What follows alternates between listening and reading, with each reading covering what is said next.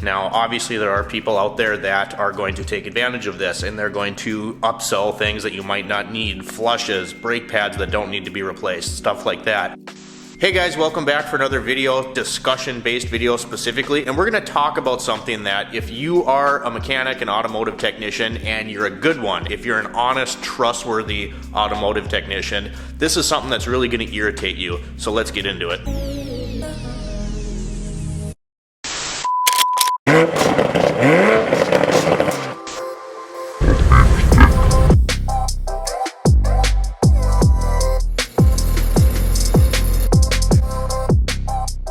Okay, so thanks for stopping by the channel. I did want to say really quick, if you've been following the Mountaineer build at all, we've done stage 1 and stage 2, making the Mountaineer our own and making it something that is distinguishable on the channel at least. So Black Friday just happened. I spent about $2,200 in parts for the Mountaineer. So we're gonna have a video on that very, very soon.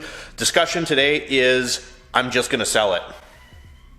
Do you know what I'm talking about? So someone comes into the shop and they want an inspection, they want brakes, they want an oil change, whatever it is, and you look over the car, you do your inspection like you always do, because if the car comes into your shop and the wheel's falling off, the tie rod's broken, and you do an oil change and let it go out the door, you gotta cover your butt. So you're gonna check all those things and make sure that the vehicle is roadworthy, right? That's just kind of a thing. A lot of places call it a multi-point inspection, you know, a safety inspection, whatever you wanna call it. And that's where you're gonna get a lot of your work too. You do these inspections, you give the recommendations to the customer, their car is safer, you make more money. Now, obviously there are people out there that are going to take advantage of this and they're going to upsell things that you might not need, flushes, brake pads that don't need to be replaced, stuff like that. I'm not talking about that though. Let's say John comes in for an oil change. So you do the oil change, and while you're doing the oil change, you see that the ball joint is so loose that the tire is just gonna fly off. You know anything about that? Your tire sits like this. If the bottom ball joint breaks,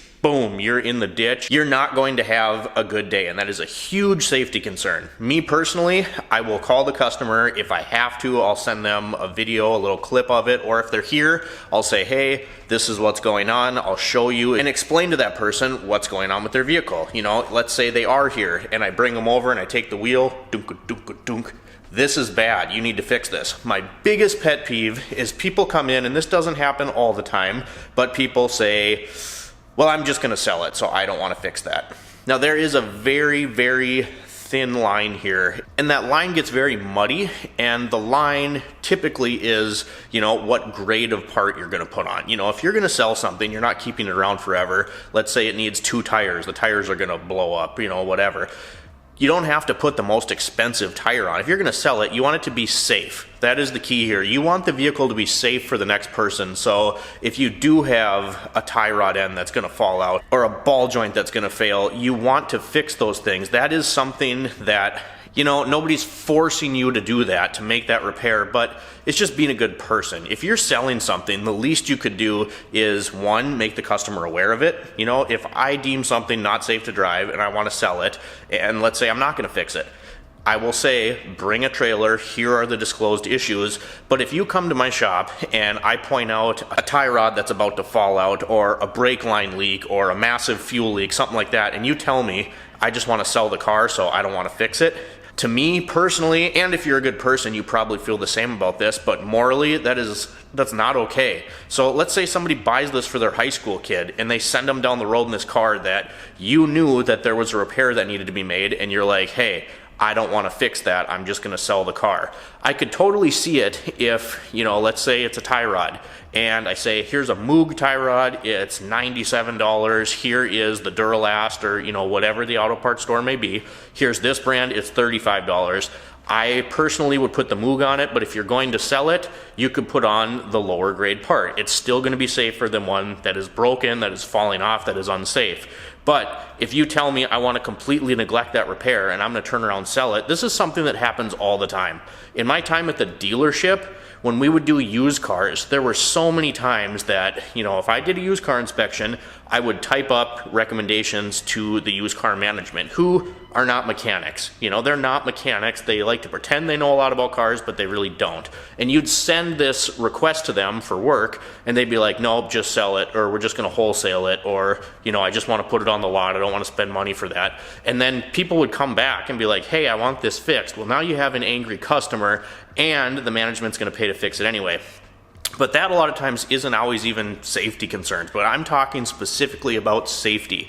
If you are going to sell a car to somebody and you neglect to make necessary repairs for that vehicle to be roadworthy and safe to go down the road, you better disclose that. You better say, hey, the brake line's blown out on this car. You're going to want to bring a trailer because the vehicle is not drivable the way it is. You know, I'm not saying that you have to spend an arm and a leg on premium parts if you're just going to sell something. And that's kind of where that line is. And that's also kind of where I think it gets muddy, is people, you know, there's a difference between putting an okay part on versus a premium part and not fixing the issue at all. I think if you're going to sell something, you have a certain responsibility either to make sure that vehicle is roadworthy, or you disclose that to the buyer, be like, hey, this isn't safe.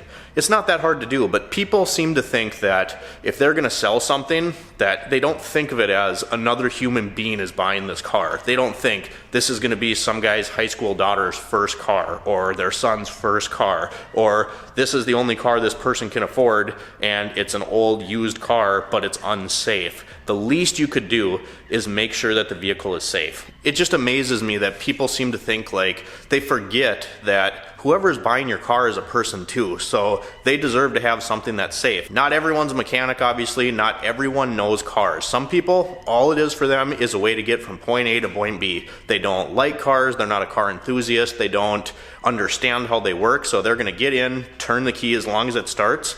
That's fine to them, and those are the people who are gonna suffer if you decide that you are going to neglect fixing something because, oh, I'm just gonna sell the car.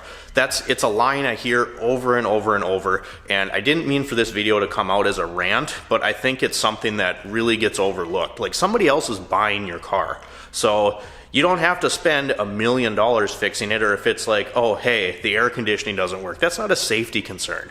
If I bring up to you something like that, the heated seats don't work, the air conditioning doesn't work, and you don't want to fix it because you're going to sell it, that's understandable. But if the car is unsafe to be on the road, that's something that's on you. Either you should disclose it or you should fix it. So you guys, that's what I had for this week's discussion video. What do you think about this? Is there a certain responsibility that is on the seller of a vehicle to disclose the information, or to make sure that the vehicle is safe to go down the road? Drop me a comment down below, like and subscribe if you're not already, and as always, thanks for watching. We'll see you next time.